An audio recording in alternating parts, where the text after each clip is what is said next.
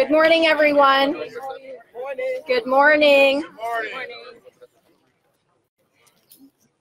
I'm Amy Snow Buckner, the Managing Director of Communications at the City of Grand Rapids. I want to welcome you here today and thank you so much for being here. This morning, you're going to hear from folks who, both city leaders and community leaders, who will talk about the recent gun violence in our community, as well as the ways in which we are working together to address it. So first, I'd like to ask Commissioners Sonita Lanier, Commissioner Moody, both from the 3rd Ward, as well as 2nd Ward Commissioner and Chair of our Public Safety Committee, Joe Jones, to come up.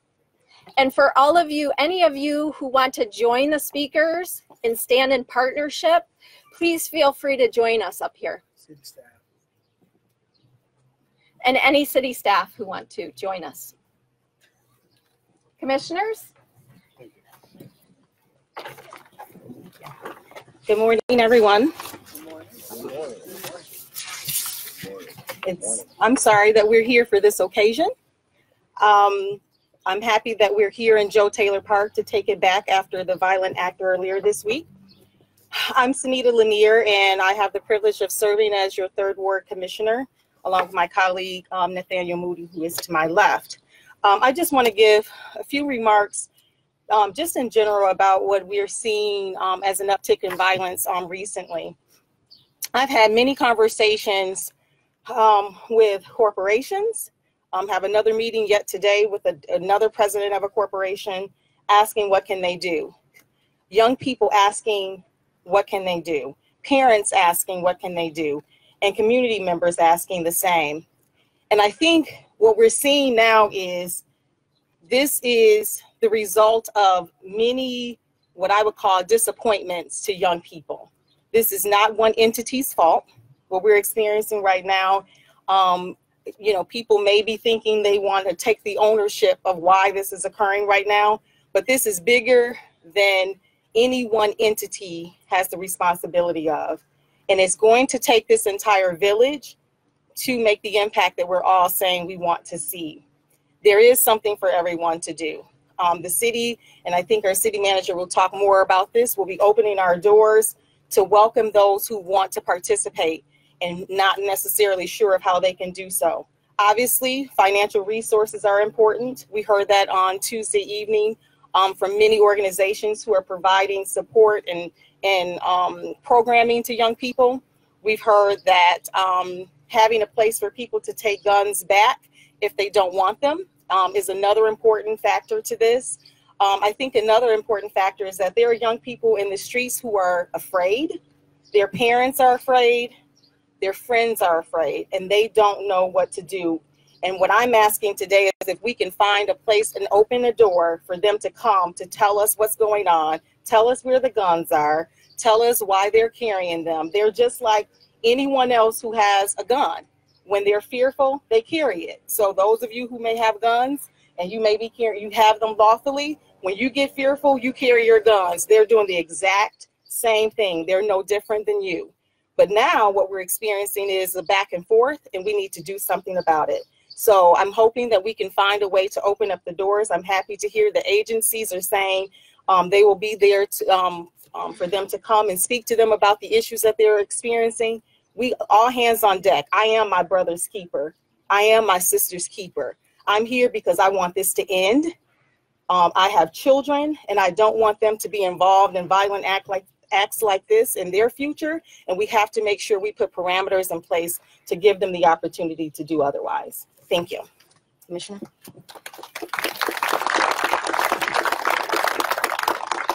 My name is Nathaniel Moody. For those of you who do not know me, I am a 3rd Ward City Commissioner, as Commissioner Lanier has pointed out, and I echo the things that she has said. One of the most important things that we are doing today is somewhat welcome you to the Baxter community. But most importantly, the welcome is not a good welcome because of what's taking place in our city. One of the things that we used to have in place was that it takes a village to raise the children. And in the process of taking villages to raise a child, one of the things that the village needs is economic power and capital. We have to bring back our community in a state of being where we have businesses that are flourishing to hire our children. From an African-American standpoint, at one time in our lives, we all took care of one another. We had parenting skills that were beyond the ramification of some of our thinkings, but now we have lost that. We got to get back to training our parents to become parents. And that way, it would allow their children to grow to become young, strong men and women. We need to change the mindset of how we think. In order to do that, we all need to come together and figure out and put a plan together and take action. We can have all these events all day long, but what takes place afterwards is putting something in place and some steps that will change the mindset of our community. We have a wonderful city, and there's much that is needed to be done. And we're in a place right now where we need to make sure that it happens. So as we leave here today, I hope that each of us are going to our private meetings and talking with individuals and different groups that we talk about the changes that need to be made. This is not a police issue. This is a community issue. The police only get involved when we call them. But if you know that there are individuals out there that are shooting, you have a right and an obligation to point them out and turn them in. This code of silence of saying that you don't want to be a snitch, I put too many kids in the ground from the mid-'80s to this point. I don't want to bear anybody else's child. But the most important thing is, as a community, we got to stand together and we got to make a transformational change, and we got to change how we think. Thank you.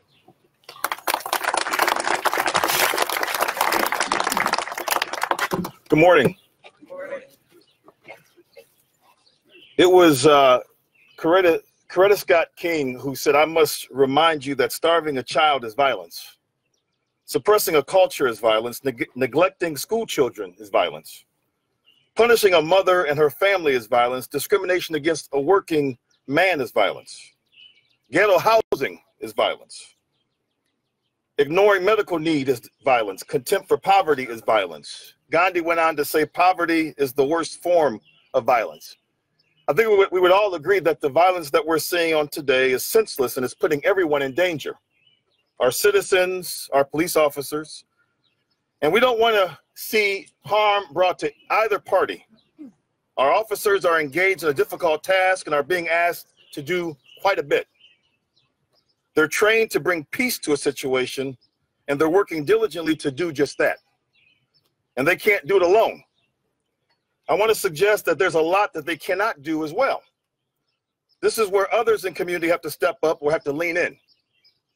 As Coretta Scott King and Gandhi so eloquently stated, violence is more than just gunplay. And ultimately, the type of violence that we're seeing being played out in the streets of Grand Rapids as of late is not new to our city. We've seen this before. On January 18th, 2013, the Community Involvement Initiative, Stop It, gathered more than 1,000 community members at Messiah Missionary Baptist Church in Grand Rapids to discuss responses to a recent increase in violent crime in the city. Does everyone remember that report from years ago? There were two questions that I want to bring light to that were asked of the community. What is the impact of violence in our community? Participants mentioned the emotional impact of community violence, fear, sadness, and the lack of sense of security. Many participants mentioned desensitization to violence as it is because it's more common. A few participants noted that violence exacerbates community members resorting to stereotypes and erodes positive youth identities. The other question that stood out is, what is triggering community violence? Participants cited as a major trigger the inability of families to meet basic needs. They also expressed the belief that violence is an accepted part of the culture and that is passed down from generation to generation. Participants pointed to discrimination, a sense of hopelessness, and the availability to weapons as aspects of this culture of acceptance that lead to more violence. We need a culture shift right now. A culture that embraces the idea that if you want what's best for your children and families, you will commit to letting the right people know who's involved with some of the unfortunate incidents that have taken place throughout our city. Notice I said throughout. To my colleagues in the media, I beg you to please be clear in defining that, unfortunately, the shootings have occurred in multiple wards and quadrants in our city, southeast, southwest, and northwest. to be exact. Thanks to our friends from Fox 17, there's a map of the latest shootings, the last 9 that you can find, all taking place throughout the city. We also need a culture that embraces the role that each individual has, as well as the role of organizations, systems, and structures. Like I said, we all have a part to play in ensuring public safety. There's law enforcement, residents, elected officials, government, nonprofits, employers, education providers, mental health agencies, faith leaders, and the list goes on and on. Public safety refers to the welfare and protection of the general public, which I would describe as the whole body. Wisdom declares the human body has many parts, but the many parts make up one whole body. The eye can never say to the hand, I don't need you. The head can't say to the feet, I don't need you. In fact, some parts of the body that seem weakest and least important are actually the most necessary. If one part suffers, all the parts suffer with it. And if one part is honored, all the parts are glad. Well, there's suffering going on in our city, and it's affecting the safety and well-being of the entire city, whether it's felt or not. So I implore all who will hear this or read this to please do your part to help in changing the culture of our city today. To the residents who have information surrounding some of these recent shootings, please, please, please make a call to Silent Observer at 616-774-2345. And do it for your own children, your own brothers and sisters, your own parents. Do it out of the love that you have for those who are closest to you. And to the churches, faith leaders, nonprofit service providers, employers, education agencies, mental health providers, government agencies, job training agencies, and all others who see themselves as part of the community, you know who you are. Please, please, please lean in even more and do your part in changing the culture of our city and helping to ensure public safety. Thank you.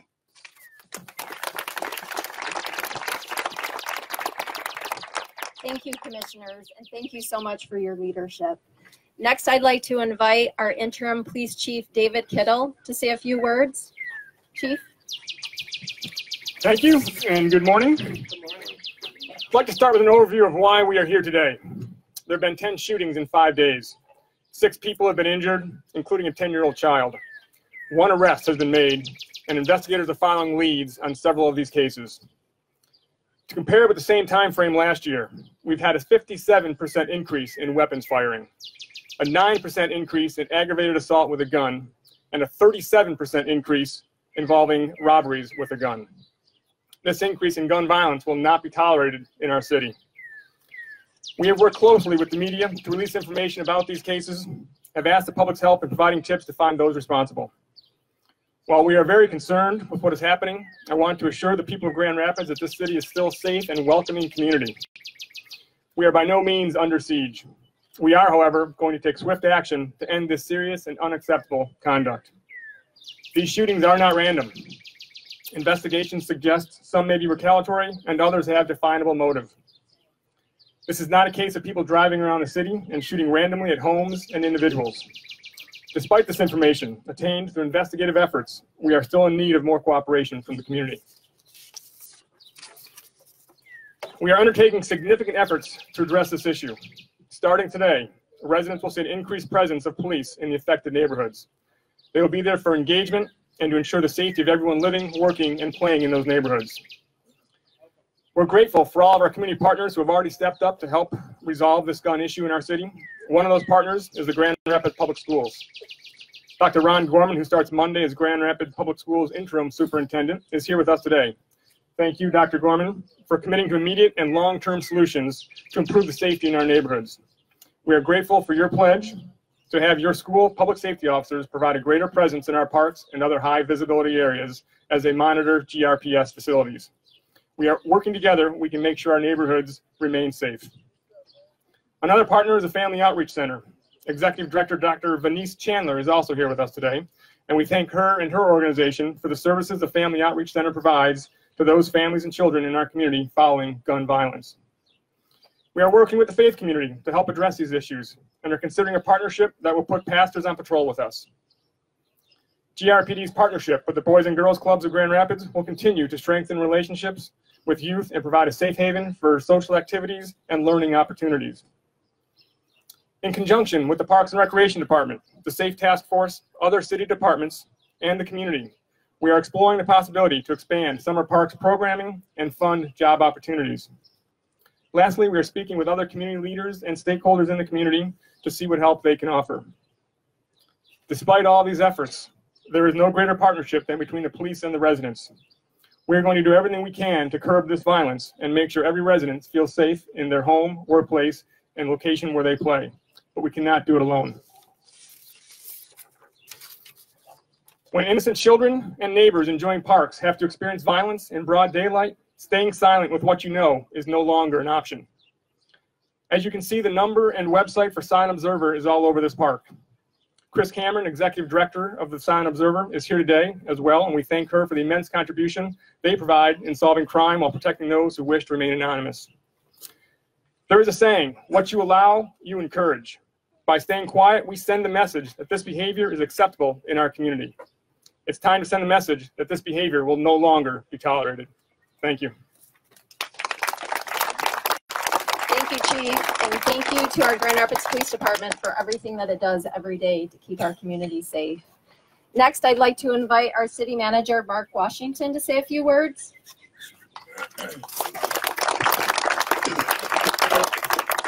First of all, I want to thank everyone for being here today.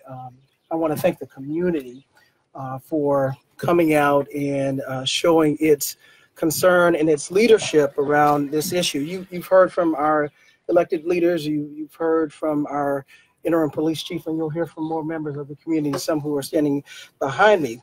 But I have been watching, obviously, with great concern, the incidents that have been happening over the past few weeks, and had the opportunity to be on site with Chief Kittle. It was just my regular day out to be participating in some observation in the police department, and we were there in dispatch when we heard the call about one of the shootings, and I wanted to go on site. I wanted to be on site. I didn't have a bulletproof vest, and I don't think I need one. I don't think I need one anywhere in the city because this is a relatively safe city.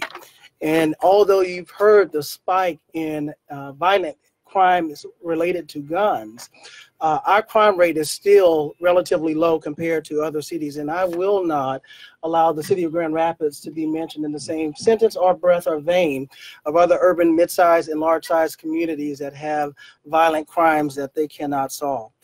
Overall, relatively, our crime rate is about, or overall crime rate is about the same as it was last year, but you've heard the increase in gun-related crimes. Fortunately for us, we're not seeing the results in homicide, but we don't want to wait until it's too late. That is why we're on the scene. I was on the scene of the incident earlier this week, and that's why we're on the scene of one of the incidents today. This is not a time to panic as a community, but it is time to plan. It is time to pronounce that we intend to elevate the quality of life in this community for all our residents, and doing it not just with hopeful thinking, but very deliberate partnership, very deliberate planning, and really taking back the pride that everyone has in this community.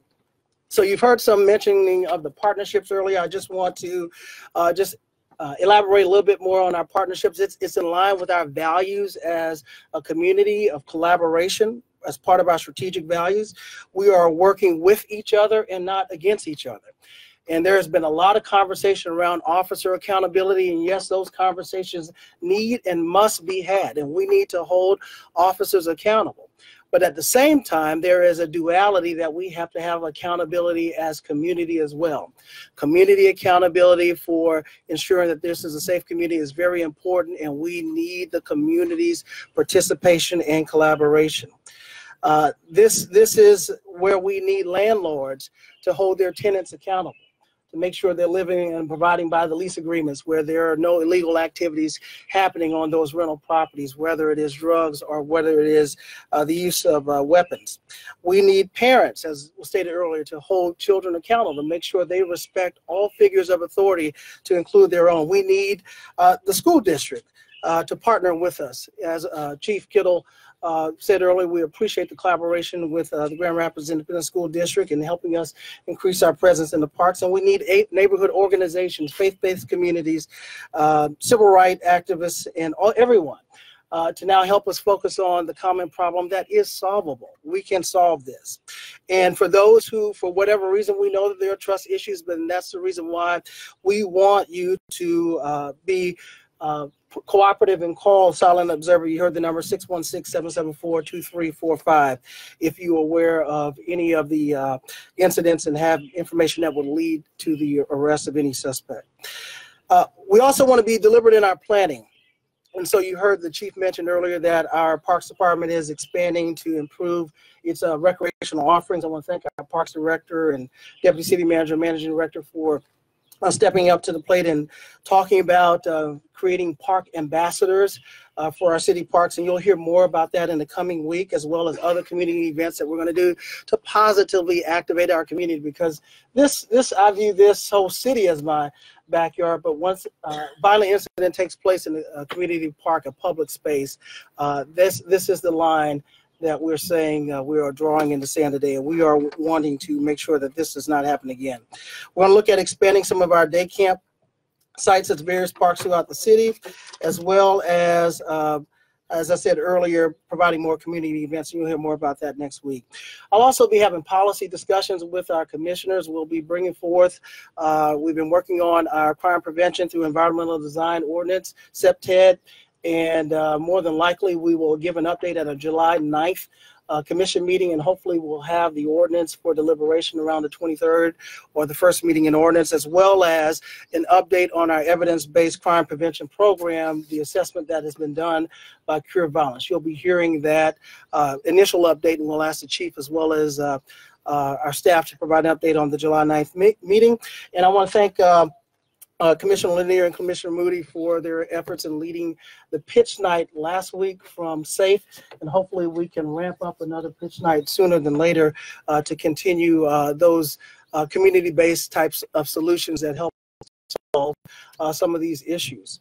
And lastly, again, I just want to encourage everyone just to remember the pride and take pride in this community. This is not a unsafe city relatively compared to other places, but we do have our challenges, and we are going to address those. We are going to be responsible and diligent in doing it. And again, my thanks to everyone who is here this afternoon for their support and collaboration. So I'd like to turn it back to Ms. Snow Buckner at this time. Thank you, City Manager, and thank you for your leadership. I also want to acknowledge the fact that First Ward Commissioner Kurt Ruppert is here as well. Just wanted to acknowledge his presence. So at this time, I'd like to invite Kent County Commissioner Robert S. Womack to say a few words. Thank you very much. I just really want to thank the city of Grand Rapids as a whole when it comes to the city staff, the commissioners, all the way up to our city manager for putting this together today, our Grand Rapids Police Department on their efforts to solve these crimes. Being a member born and raised here on the southeast side of Grand Rapids, and as Joe Jones said, this is happening all around Grand Rapids, but being raised here in Grand Rapids, Michigan, amongst the people, I just want to lend my voice to say that the code of silence is going to end up having one of your children silenced for real. By not speaking when we're able to speak, one day we're going to be at a funeral. We've already been at funerals of our future leaders. The children are our future. And when we close that casket, that's the true code of silence. There's no coming back. There's no more statements. There's no more love this person can give us from that coffin. So we have to break the code of silence on what we call in our community senseless crimes. These crimes have to be stopped. I'm usually one for a lot of words, but right now we need a lot of action. So I'm going to keep it short. Please contact Silent Observer. Parents, please talk to your children. Let's try to bring some justice for the individuals who have been shot. Let's try to save somebody else from going to prison for the rest of their life, because when we're silent and these kids see that when someone gets shot in your family, it's natural to want revenge. But it's hard as a teenager or someone in your young 20s to understand the consequences of your actions, especially when the community is being silent and there's no consequences, no immediate consequences for these shooters. I'm very sure they will be brought to justice. And even some of these shooters right now that have injured people, they won't spend the rest of their life in jail. But when somebody gets killed, that's going to be one person in the grave, one person in prison for the rest of their life. So both families lose. It's up to all the families in Grand Rapids, Michigan that have information to come forward and let's solve these crimes. Thank you. Thank you, Commissioner. Next, I'd like to ask Victor Williams from the Grand Rapids Hip Hop Coalition and Baxter Community Association to say a few words.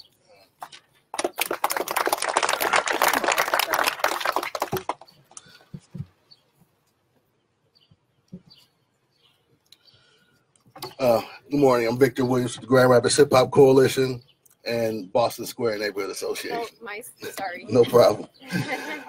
Greetings. On behalf of the Grand Rapids Hip Hop Coalition, we just want to say we deplore the shootings and gun violence in our communities and neighborhoods. We recognize that there are too few jobs and plenty of young people feel stuck. However, we are not stuck. We do not have to use guns or settle our anger. We do not have to use guns to settle our anger and beefs. In rap, we use words and lyricisms to describe our anger, our joy, our pain, and our sorrows.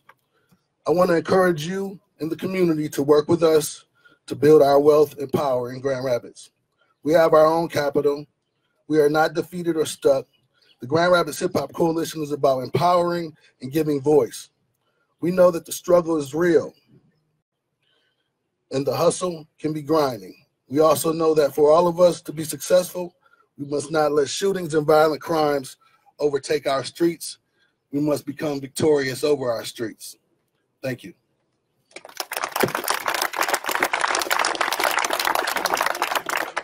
Thank you, Victor. Next, I'd like to ask Chris Zane of the Greater Grand Rapids NAACP to join us.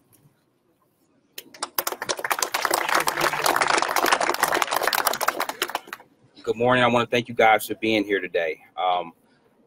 Not only do I represent NAACP, but I represent Grand Rapids Community College, and I also represent Grand City Sports. But despite all that I represent, first and foremost, I represent the community. I'm a product of the community. I come from this community, and so when I see things such as this violence taking place, it's something really we have to get a strong hold of. And so what you allow is what you encourage. So to sit back and do nothing is indeed neglect and also a form of abuse. We do need community accountability. We need police accountability. We need jobs for our young to keep them occupied. An idle mind, you already know what that allows a young person to venture off into. And so as the corporations, as businesses in this community, the more that we can stack hands, collaborate, and come together, the better chance we can give something productive and pro-social for our young people to partake in. And so I just encourage all of us during this time to come together, to do what we can to be of service to one another in any capacity needed. Again, these young people, they're human beings just like you and I. You just need to love them a little bit more. We need to encourage them a little bit more, and we need to affirm them a little bit more. This can be done. We have a world-class city, but we have to act like it. And in order to get there, we have to be willing to put in the work, to be a little bit uncomfortable, and to do the necessary things to bring about the necessary changes. Thank you. Thank you, Chris. Next, I'd like to invite Reverend Jerry Bishop of Life Quest Ministries.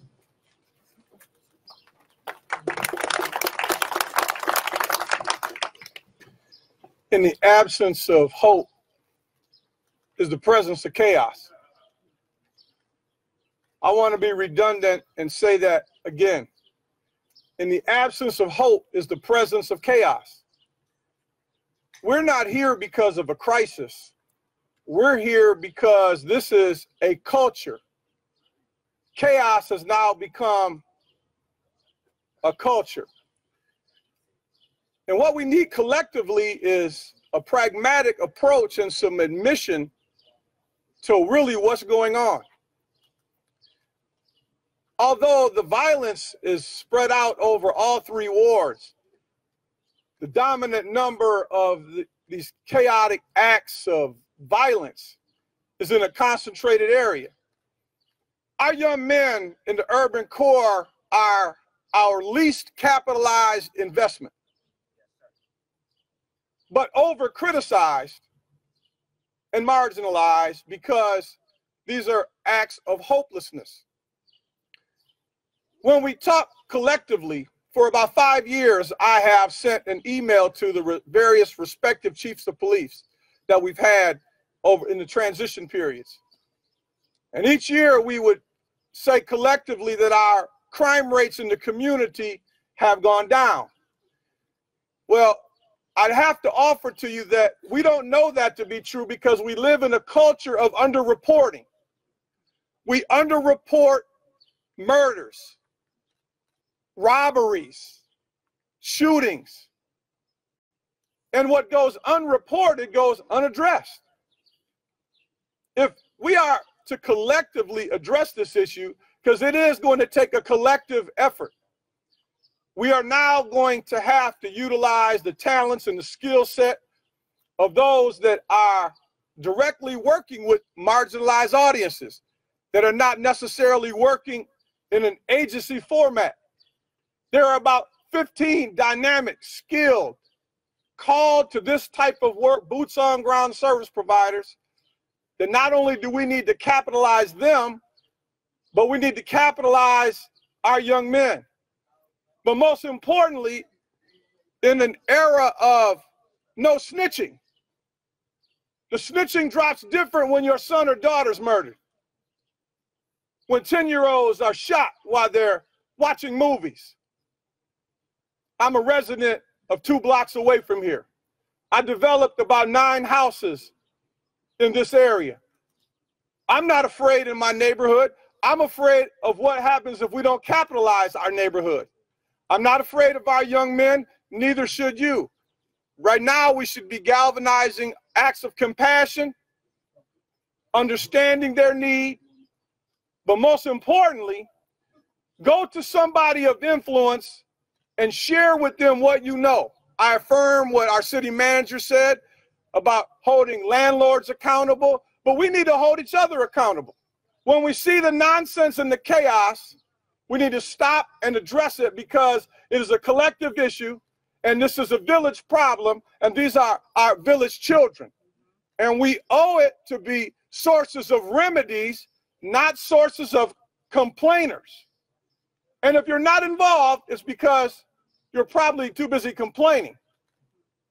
And you would be able to see the efficacy of great work that could be expanded if you got involved. I want to encourage you, though, as it relates to the Silent Observer movement, to not only rely on Silent Observer, but rely on your neighborhood pastors. Rely on the Hip Hop Coalition. Rely on people that you believe have influence. You have influence. And if you do not take individual ownership of this chaos, this crisis will become an epidemic. And who knows, the next child that falls could be yours or mine. I implore you to get actively involved. I implore you to aggressively reach out to your ward commissioners, our city manager, compassionately and respectfully address our local neighborhood police officers. God bless you. Thank you, Reverend Bishop. And next, I'd like to invite Dr. Bill Pink, president of Grand Rapids Community College.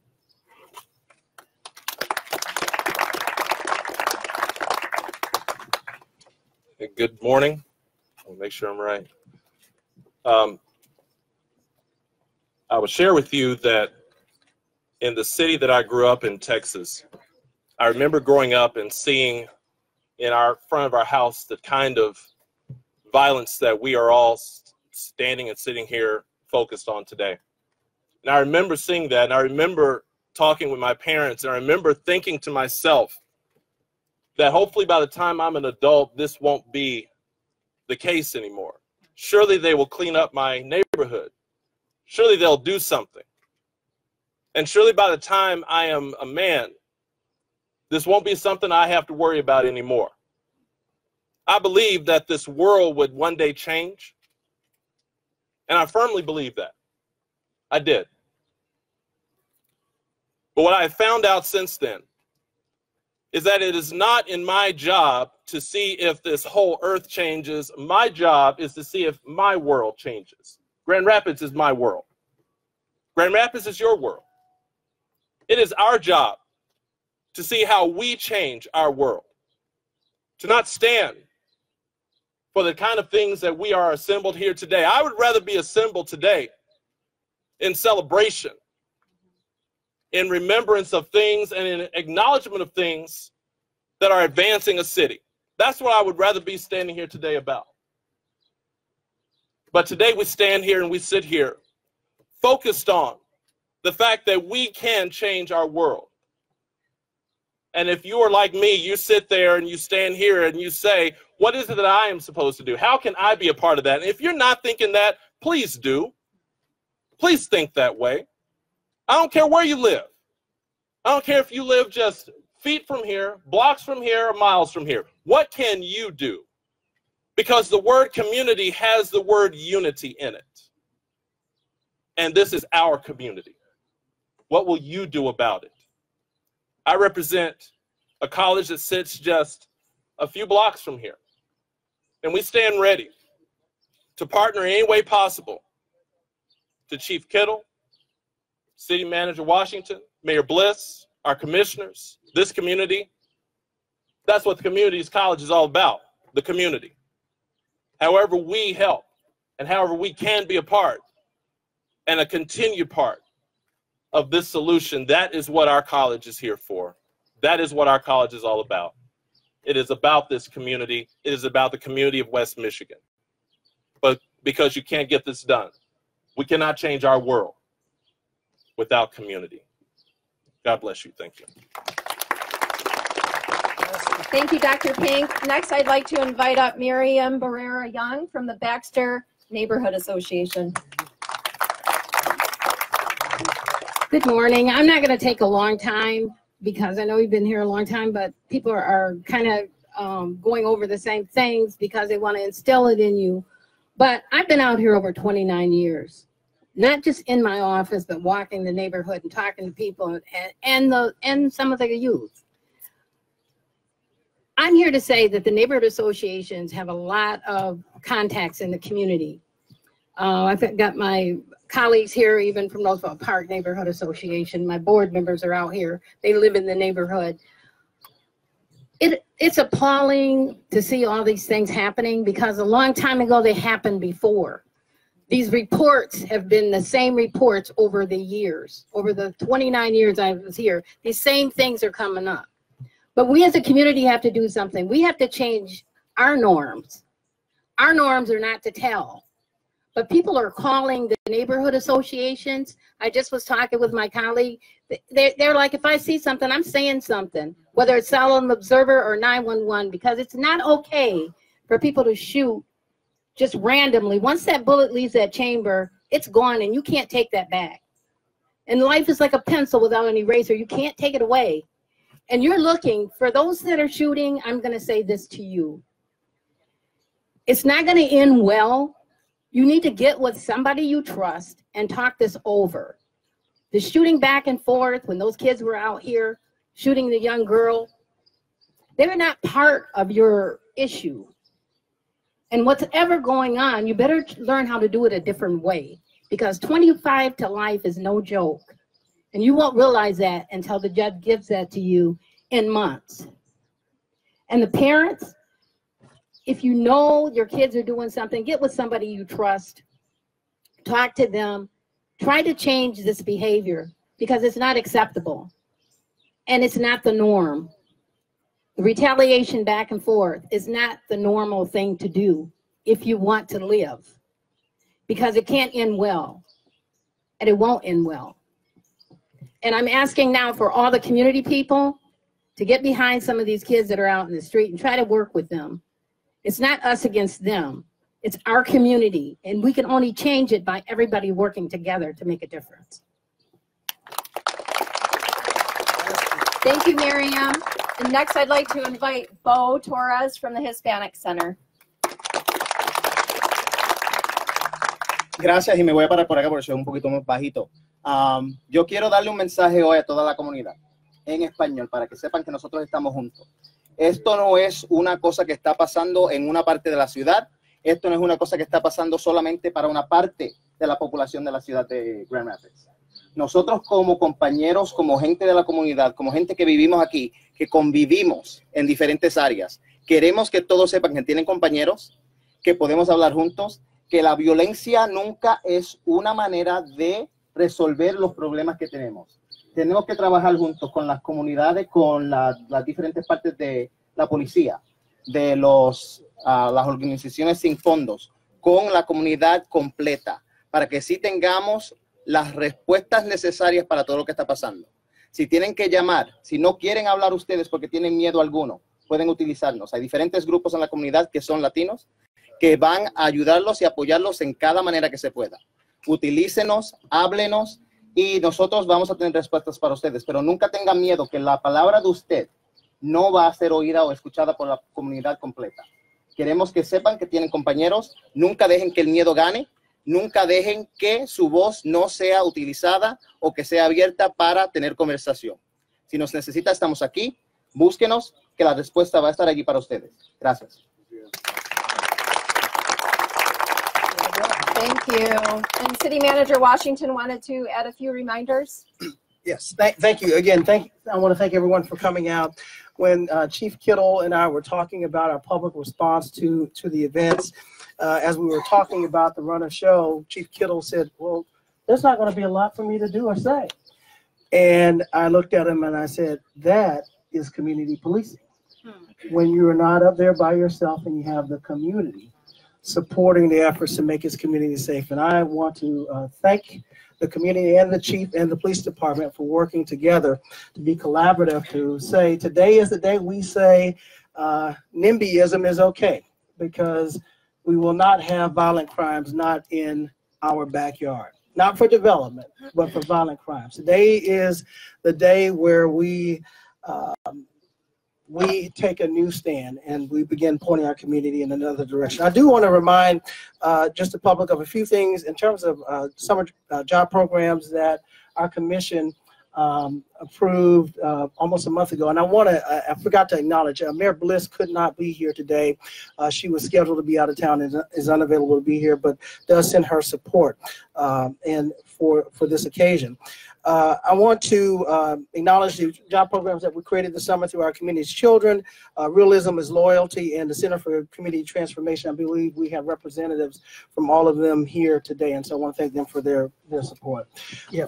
So I think I alluded to earlier, we intend our next public meeting for the City Commission is July 9th. There's not another meeting then. I intend to bring an update on several of those efforts that I mentioned on the 9th. In the interim, our police department will be sharing information through its public information office about the progress that's being made on these incidents. Chief, you want to speak to that? No, again, absolutely correct. We will try and update the media as we proceed through these investigations. And we are proceeding or following up on several significant leads, but again, we do need the community's help to do that. All right, thank you everyone for being here.